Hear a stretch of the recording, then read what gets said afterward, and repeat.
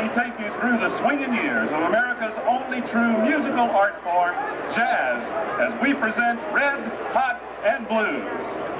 So sit back and relax. Here's the sound of the South.